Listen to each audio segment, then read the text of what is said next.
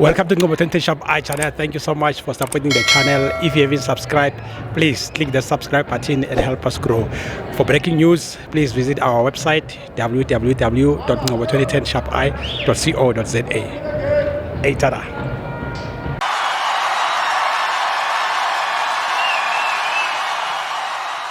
This is Ngobo 20 Shop I channel. We are here at Lucas Mripe Stadium, Mamelodi Sundowns 0,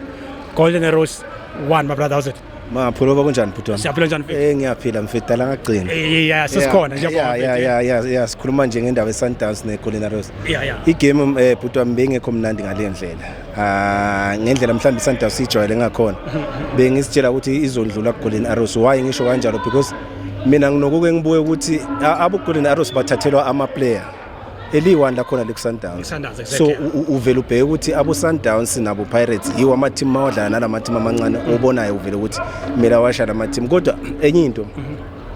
ucoach weSundowns ngiyacabanga ukuthi kune mistake ayenzile yabona ku position 2 bokumele aqale ngoThapelo Mrene lo mfo odlala position 2 uyayidlala iposition 2 ne but uyakhathala ene kube ngokusheshsha kube iGolden Arrows ike yayibona leyo mistake leyo first half udlalile lamthini kodwa sekunafu isuka nje sekunafu then bekangase uyazi bombheka kuphi mfethu mina ibhola nginokuliboka noma uyabona maliphethwe umdlali ne unokubheka abanye abadlali kuba nzima for yena ubona ngendlela agijima ngakhona ukuthi lo muntu lona akasekho and ucoach umbekile igame yazi nenye into eyenziwa futhi ucoach weSundowns angifika ama mistake namhlanje awakho ucoach weSundowns okay ukufaka abadlali abasha angithi team vele kunabadlali abadala abazohamba kunabadlali abakhulile okumele ukuthi ube nabadlali owaziyo ukuthi makahamba lo mdlalo uyamfaka kodwa for mina ukufaka lo mdlali unumber 10 bokumele afaka umshishi because umshishi uyakwazi ukudlala ama pass wakhona ene manje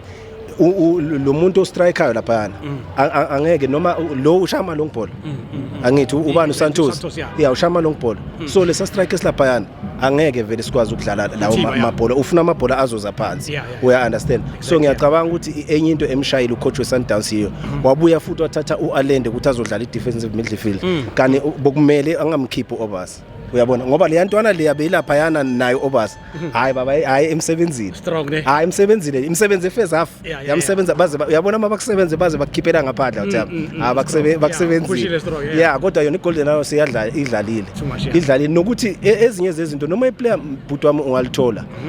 iSundowns inama player amaningi right iSundowns yi team la South Africa mfethu uyabona mase sikhuluma mina ngifavor Chiefs hayi ukuthi ngizifihle namhlanje mina ngifavor Chiefs kodwa iSundowns I know now uyazi inhlizweni yakho ukuthi Sundowns iphethe quality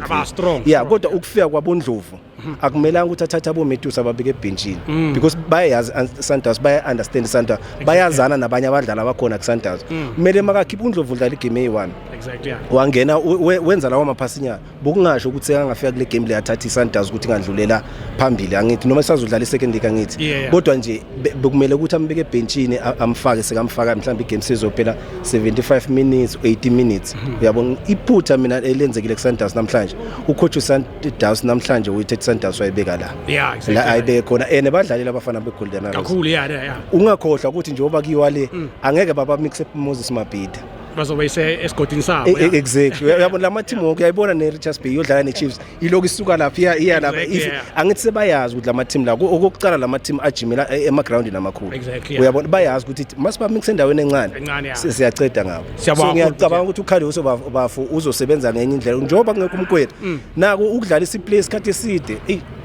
iSundowns kungabi khona yazi umkwena mfethu mina njengoba bengitshela umkwena mfethu umbheke umkwena makabheka malifika libhola lo yamuntu akalifuni ukuthi ngizolithatha ngilimix ekubani uyazi makumela kusho ukuthi makumela akhahlele uyazi ukuthi uyakhahlela kodwa iSundowns ama player khona abomkhulisi bakhona ama player right ucoach weSundowns mina ahlale phansi nabo Steve Kompela baningi abanye abangemuva esingabazi bahlali bazoyishaya iGolden Arrows iSundowns ngiyakholelwa ukuthi izoya ku final mina ngikhathele ukuthi Pirates loku iwinana ne MTN 8 uyabona ngibheka ukuthi at least iSundowns noma ngingayifiseli kahle nayo Yeah. yabo phela iSundowns ayimfita ngeke ngikwazi ukufisela iSundowns Awugcwali, yeah, hayi angigcwala ngabantu base abantu balapha yana ukuphi lapha kuse post office mina ngiyeza abanye mina elapha eCloricop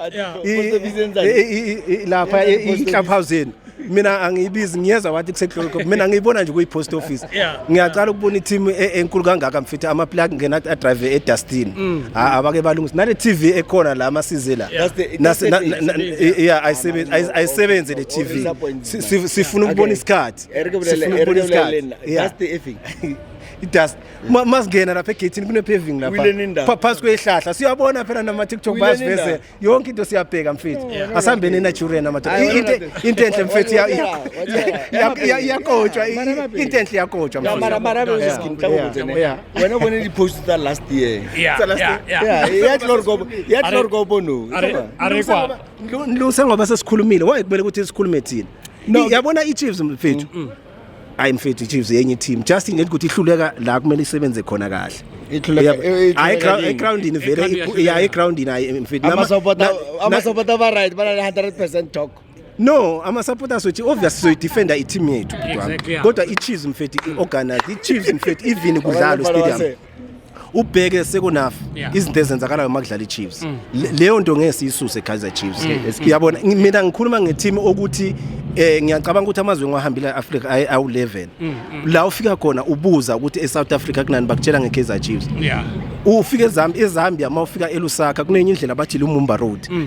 kune taxi rank mawuzojikela uBumba mawubuza lapha yana uthi madoda ama taxi order ane sticker seKaizer Chiefs Kuna Kaizer Chiefs ranking ngale. akuna Kaizer Chiefs ama taxi sticker mawuba eZambia mawubabuza kuthulisiye bayithi mfethu uma babuza ukuthi why madoda iChiefs kanje bakutshela ukuthi thina sazi iKaizer Chiefs why because of uDr Khumalo uDr Khumalo wenzile umsebenzi ngiyacabanga abalandeli emva kokuthi bojabuphule badlalile nayo uDr Khumalo abakhona manje Dr dlalile nimba abakhona sifanele stop emabili angeke lapha bayekela ukukhuluma Dr dlalile nimbolo bani uyabona dala uyabona ukuthi Chiefs akudala Bye bye.